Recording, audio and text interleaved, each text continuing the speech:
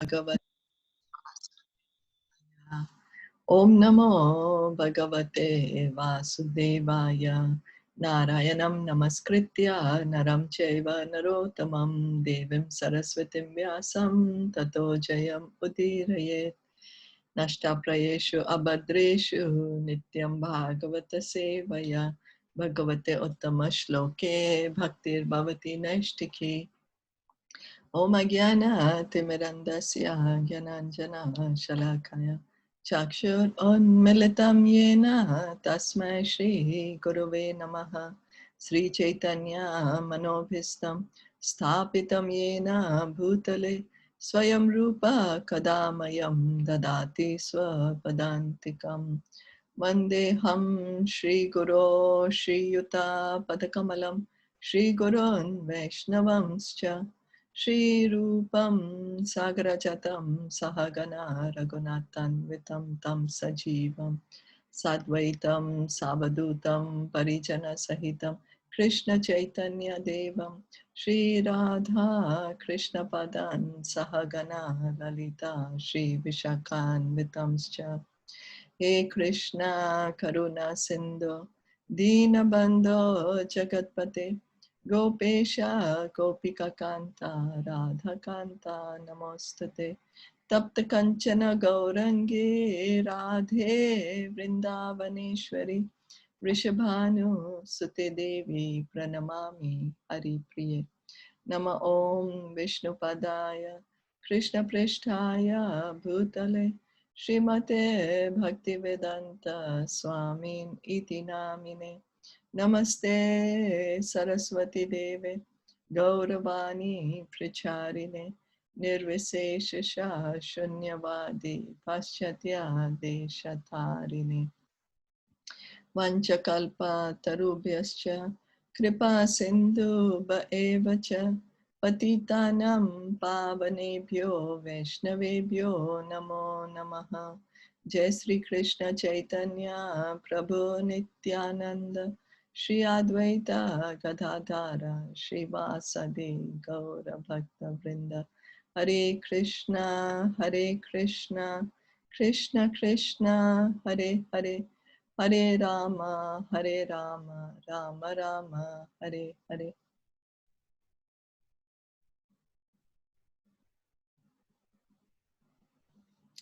So we continue our reading of Srimad Bhagavatam, Canto 2, Chapter 7, Text 23. Well, Ramaji is enumerating the various incarnations to Naradmuni, incarnations of Sri Krishna. Asmad prasada sumukha kalaya kalesha ikshvaku vamsha avitarya gurur niteshe tishtan vanamsa daityanuja avishesha yasmin virudhya dasha kandhara artim archat. We finished this of Lord Ramachandra. Sorry, so the next one. Text 24. Yasmadad uddadhir uddhab bhayangavepo margam sapadi aripuram haravadidhaksho dure suhrin mathita rosha shushno drishtya tatapyamana makaroraga nakrachakraha. Translation and purport by His Divine Grace, A.C. Bhaktivedanta Swami Srila Prabhupada. The personality of Godhead Ramachandra, being aggrieved for his distant intimate friend Sita, glanced over the city of the enemy Ravan with red-hot eyes like those of Hara, who wanted to burn the kingdom of heaven. The great ocean, trembling in fear, gave him his way because its family members, the aquatics like the sharks, snakes, and crocodiles, were being burnt by the heat of the angry red-hot eyes of the Lord. So the personality of Godhead has every sentiment of a sentient being like all other living beings because he is the chief and original living entity, the supreme source of all other living beings. So same as we have so many emotions, so Krishna also has emotions because he's the source of all the emotions. It's not that we are emotions and Krishna is emotionless. No, we have emotions because he has emotions. It's the other way around, you know. So he's sentient. He has feelings. So he is the Nitya, or the chief eternal amongst all other eternals. He is the chief one, and all others are the dependent many. The many eternals are supported by the one eternal, and thus both the eternals are qualitatively one. So many people say that Krishna he's not a person, that God is not a person, that he's just light. It's just refuted here outrightly. No, he's a person. We are people. We have a personality. We have feelings. It's because Krishna has feelings. He's the chief eternal. He's the one who's maintaining us. He's supporting us. Due to such oneness, both the eternals constitutionally have complete range of sentiments. But the difference is that the sentiments of the chief eternal are different in quantity from the sentiments of the dependent eternals. When Ramachandra was angry and showed his red-hot eyes, the whole ocean became heated with that energy, so much so that the aquatics within the great ocean felt the heat, and the personified ocean trembled in fear and offered the Lord an easy path for reaching the enemy's city.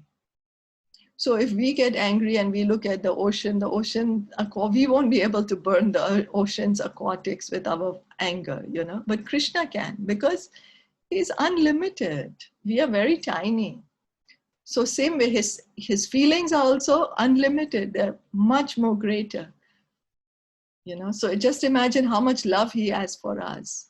We have a tiny bit of love, and because he's unlimited, imagine how much love he has for all of us. Unlimited love. So the impersonalist will see havoc in this red-hot sentiment of the Lord because they want to see negation in perfection. Because the Lord is absolute, the impersonalists imagine that in the absolute, the sentiment of anger, which resembles mundane sentiments, must be conspicuous by absence. Due to a poor fund of knowledge, they do not realize that the sentiment of the absolute person is transcendental to all mundane concepts of quality and quantity. So the impersonalists, they say that the absolute truth is light because they say that that's the only way the absolute truth can be all perfect.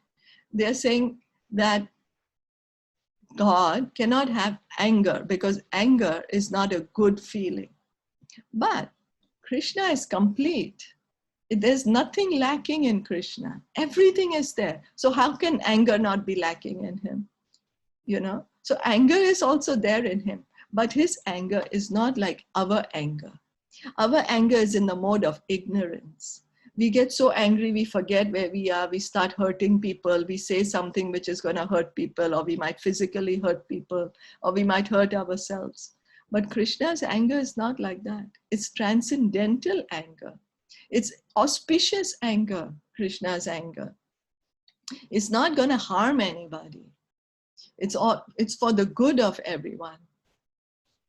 So had Lord Ramachandra's sentiment been of mundane origin, how could it disturb the whole ocean and its inhabitants? Can any mundane red-hot eye generate heat in the great ocean? So can we, if we become angry and we look into the ocean and then all the ocean starts feeling fiery and all the fish in the ocean start burning with that fire? No, it's not possible. It's not. So we can't compare ourselves with Krishna. Krishna is transcendental. We are always trying to reduce Krishna to our level, but no, he's great. He's the absolute truth. He's not like us. Yes, as souls, we are eternal parts and parcels. So we are Sachidananda also like him, but we are tiny, very, very tiny. He's unlimited. He's great. So these are factors to be distinguished in terms of the personal and impersonal conceptions of the absolute truth. As it is said in the beginning of the Srimad Bhagavatam, the absolute truth is the source of everything. So the absolute person cannot be devoid of the sentiments that are reflected in the temporary mundane world. Rather, the different sentiments found in the absolute, either in anger or in mercy, have the same qualitative influence. Or, in other words, there is no mundane difference of value because these sentiments are all on the absolute plane. So Krishna's anger and mercy, in quality, they are the same because they are not like ours. Our anger is in the mode of ignorance. Our mercy is in the mode of goodness. But Krishna, he's above the modes. He's not, the modes don't affect him. He does not act because he's acting under the mode of influence of goodness or passion or ignorance the way we do. No, he's transcendental. So all his activities are auspicious. Whatever he does is all auspicious for everyone at all times. So such sentiments are definitely not absent in the absolute, as the impersonalists think, making their mundane estimation of the transcendental world. So Krishna also has sentiments. We have sentiments, Krishna has sentiments. There are a certain class of people who say that Krishna does not have sentiments. No, that is a wrong conception that they are having. Sri Isopanisad says that Krishna is the complete whole, complete. There's nothing lacking in Krishna. So how can feelings lack in him? Is that okay? Yes. So this is an important point because we are so influenced by this impersonalist, so deep rooted in us. So that's the reason Bhagavatam is trying to take away this impersonal conception that we have and establish that Krishna is a person. He has a personality, he has an individuality. So text 25. So though he has everything, he's still detached, right? He has all the qualities, still he's detached. He's Yes. not attached to anything. Yeah. Yes. Yes. He's still detached. So he's attached to his devotees, yet he's detached. He's attached to all of us, yes, yet he's detached. That's his inconceivable nature. Because of his love, he's maintaining each and every one of us, yet he's detached. How inconceivable is he? Yeah, for us, when we get detached with something, we say, oh, I don't care about you. I'm not going to think about you. But Krishna is not like that. His detachment is also he loves us, he does so much for us, yet he's detached from us, and yet he's attached to us. That's his inconceivable nature. He's so attached to his devotees that he says, my heart is with the devotees. Okay. So that way. Vakshasthala sparsha rugna mahendra vaha danter vidambita kaku jusa udhahasam sadhyo ashubhi saha vineshyati dara hartur vishfurjiter dhanusha uchcharato adhishanye.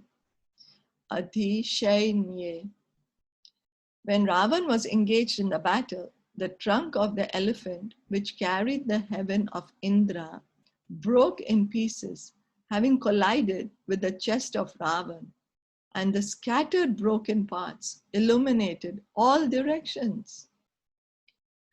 Ravan therefore felt proud of his prowess and began to loiter in the midst of the fighting soldiers, thinking himself the conqueror of all directions. But his laughter, overtaken by joy, along with his very air of life, suddenly ceased with the tingling sound of the bow of Ramachandra, the personality of Godhead. So Brahmaji is telling Narad Muni that Ravan is so strong that when he was fighting with the demigods, then the trunk of the elephant on which Indra was sitting, that collided with the chest of Ravan. You know, the elephant banged, rushed into Ravan. And what happened? It scattered into all the pieces, just scattered. How strong is Ravan? And so that's why he had become so proud. He's so scattered, he's so strong and so proud. Yet, he was killed by the arrow of Lord Ramachandra. However powerful a living being may be, when he's condemned by God, no one can save him. And similarly, however weak one may be, if he's protected by the Lord, no one can annihilate him. You know, Rakhe Krishna mare ke, mare Krishna rakhe ke. You know, if one is supposed to be protected by Krishna, nobody can touch him. Nobody. And if Krishna wants to kill somebody, nobody can save him under no circumstance. He's the Supreme Lord. So we should always try to seek protection from Krishna. We should try to get his this feeling of love for him, so he can also reciprocate with us in the feeling of love. Text 26. Bhume sure tara varutha vimarditayaha klesha vayaya kalaya sita krishna keshaha jata karishyati jananupalakshya margaha karmani chatma mahimo pani bandhanani. When the world is overburdened by the fighting strength of kings who have no faith in God, the Lord, just to diminish the distress of the world, descends with his plenary portion. The Lord comes in his original form with beautiful black hair. And just to expand his transcendental glories, he acts extraordinarily. No one can properly estimate how great he is. So here Brahmaji is speaking about Krishna, that the Lord comes in his original form. This is one more evidence that Sri Krishna, his Shyam Sundar form, that is his original form. So this verse is especially describing the appearance of Lord Krishna and his immediate expansion, Lord Baladev. Both Lord Krishna and Lord Baladev are one supreme personality of Godhead. The Lord is omnipotent and he expands himself in innumerable forms and energies. And the whole unit is known as the one supreme Brahman. Such extensions of the Lord are divided into two divisions, namely personal and differential. So Lord Balaram is the first expansion of Krishna. He is also the Supreme Lord. The only difference between Krishna and Balaram is that Krishna is blackish in color and Balaramji is whitish in color. And the mood of Balaramji is of service. He wants to serve Krishna, and the mood of Krishna is of the enjoyer. You know, Ras Bihari.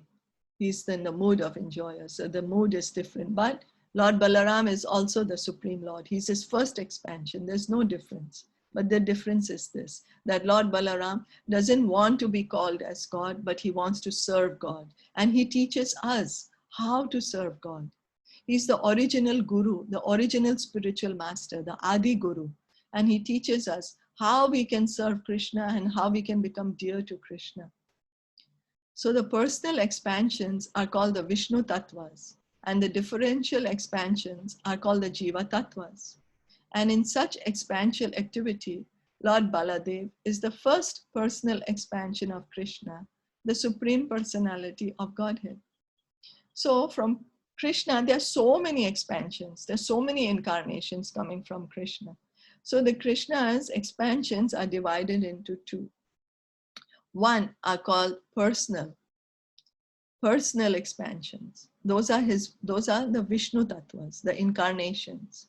They belong to the Vishnu Tattva. And then we are also coming from Krishna. So we are also his expansion. You know, he's Sachidananda, we are also Sachidananda. So we are his expansion, but we are not Vishnu Tattva. We can never become Vishnu Tattva. We are his differential expansions. We are his parts and parcels. We are Jiva Tattva. We are his marginal energy. So that's how we are one and different with Krishna. We are his energy. Is this okay?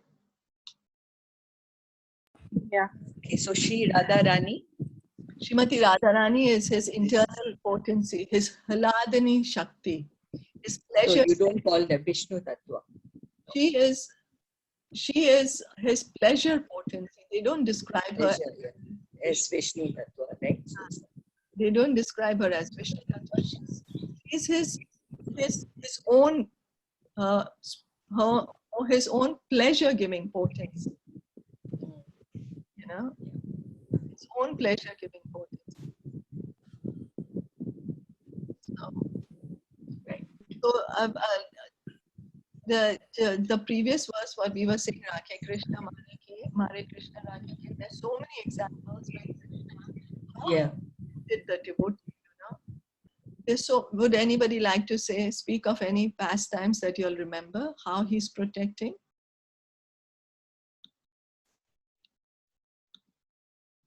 What comes to my mind is Draupadi. She was alone, one woman, so many men trying to, make her naked, and Dushasan, he has the strength of 10,000 elephants. He's trying to disrobe her.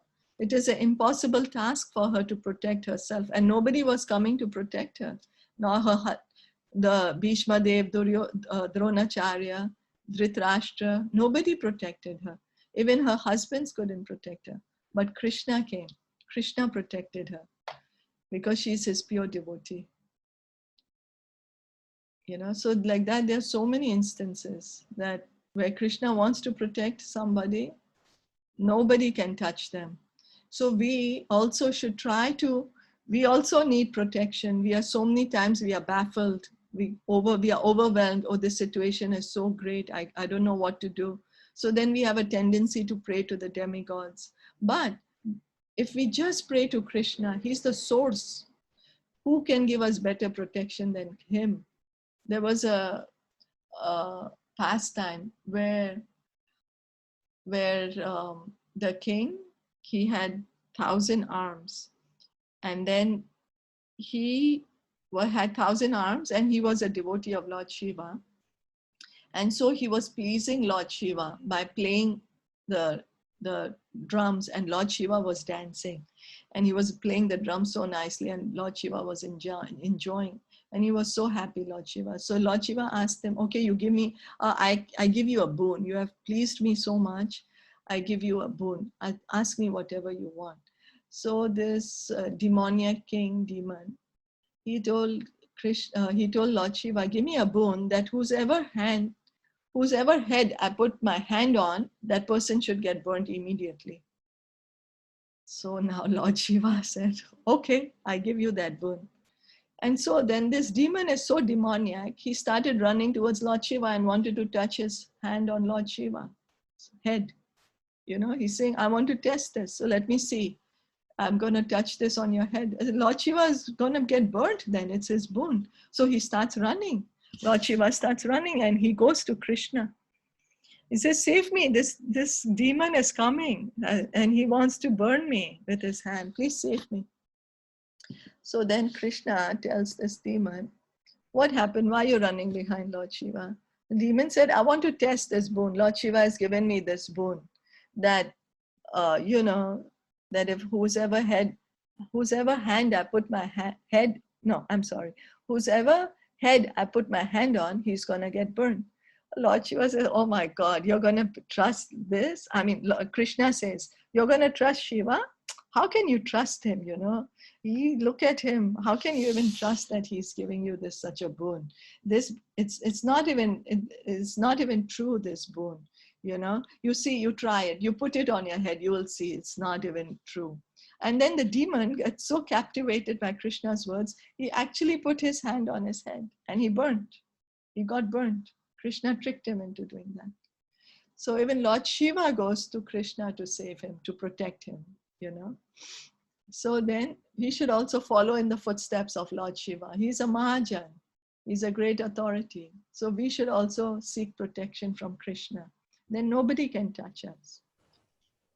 There is a story from Kurukshetra when the war was going to start. Like, we are mentioning the demons, we are mentioning the human beings, but Krishna protects the animals also, which we consider has no of less importance to us. But the Krishna doesn't leave the animals also, because then there was a war. When the war started in Kurukshetra, there was a bird who said that, Krishna, I'm gonna be here, like, how am I gonna survive, because I'm going to give children, and so you have to protect me. And then Krishna said to Arjuna that there's this elephant, he has a big bell hanging on his neck. So do one thing, that just shoot an arrow and that bell will fall down, and the children and the bird, they were covered with the bell, and the battle went outside for 14 days, but nothing happened to them. They were protected. So as you said that Rakhe Krishna mare Krishna rakhe kaun. So it is the same thing, that if Krishna, like even the bird, like we are talking about the great devotees, definitely Krishna will protect.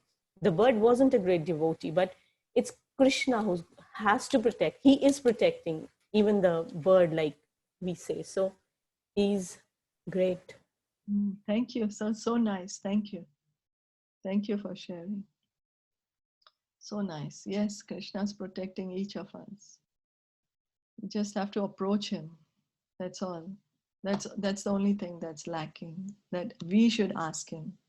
We should approach him. Anybody would like to say anything else?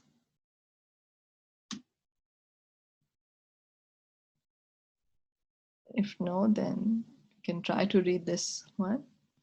In the Vishnu Purana, as well as in the Mahabharata, both Krishna and Baladev are mentioned as having beautiful black hair, even in their advanced age. The Lord is called Anupalakshya Margaha, or in still more technical Vedic terms, Avan Manasa Gocharaha, one who is never to be seen or realized by the limited sense perception of the people in general. In Bhagavad Gita 7.25, it is said by the Lord, Naham Prakasha Sarvasya Yoga Maya Samavritaha. In other words, he reserves the right of not being exposed to anyone and everyone. Only the bona fide devotees can know him by his specific symptoms, and out of many, many such symptoms, one symptom is mentioned here in this verse, that the Lord is Sita Krishna Keshaha, or one who is observed always with beautiful black hair. So Krishna says in the Bhagavad Gita, nobody can know me, only the devotees can know me, only the bona fide devotees, bona fide, the authorized devotees, the pure devotees who are following in the footsteps of the previous pure devotees. A pure devotee doesn't just get up in the morning and says, okay, now I'm a pure devotee of Krishna. No, he has served the previous pure devotees, you know, and that's how he's a pure devotee. He's a bona fide devotee. And then they tell us about Krishna. Here Brahmaji is telling us about Krishna, that he has beautiful black hair, so that we can know how does Krishna look. So having beautiful, Brahmaji is describing one of the symptom of Krishna. So both Lord Krishna, and it's not mental speculation. It's not that we imagine, oh, God must be like that, God must be like this. No, we just hear from the devotees. Brahmaji describes very beautifully that Govinda, his beautiful lotus eyes, Shyam Sundar form, blackish rain cloud complexion, 2 lotus hands holding a flute, dark black curly hair, having a peacock feather in his head. So this is not speculation. This is how Krishna is. The devotees tell us, how does God look? So both Lord Krishna and Lord Baladev have such hair. on their heads, and thus even in advanced age, they appeared like young boys, 16 years old. They wouldn't color their hair like we have to color our hair. Our hair becomes white after a certain age, and we go to the parlor or we color it ourselves. Krishna and Baladev, they don't have to color their hair. They were, Krishna, it seems, was 125 years old when he was in the battle of Kurukshetra, but he still looks like a young man. They don't need to do facial or put whatever Botox. No, he's ever young. That is a particular symptom of the personality of Godhead. In the Brahma Samhita, it is stated that although he's the oldest personality among all living entities, he always looks like a new, youthful boy. That is the characteristic of a spiritual body. His body is spiritual. He never goes old. Our body is material. So that's why this body gets old. The soul never gets old. The material body is symptomized by birth, death, old age, and diseases. But the spiritual body is conspicuous by the absence of those symptoms. Living entities who reside in the Vaikuntha Lokas in eternal life and bliss have the same type of spiritual body without being affected by any signs of old age. So if we want to have a body which can be ever young, which is never going to get old, that we don't need to color our hair, we don't need to put Botox, we don't need to do the different surgeries, then we should act in such a way that we can go to Vaikuntha Loka, we can go back to the spiritual world, and there we can have a ever youthful spiritual body. It's never going to get old. And beautiful, it looks very, very beautiful. It is described in the Bhagavatam Canto 6 that the party of Vishnu Dutas who came to deliver Ajamil from the clutches of the party of Yamaraj appeared like youthful boys, corroborating the description in this verse. It is ascertained thus that the spiritual bodies and the Vaikuntha Lokas, either of the Lord or of the inhabitants, are completely distinct from the material bodies of this world. So when Ajamil was dying, the Vishnu Dutas came to save him, and they had beautiful shining bodies. They looked so attractive. This is how everyone looks in Vaikuntha Loka. Like young, full of bliss, shining, light coming out from their bodies.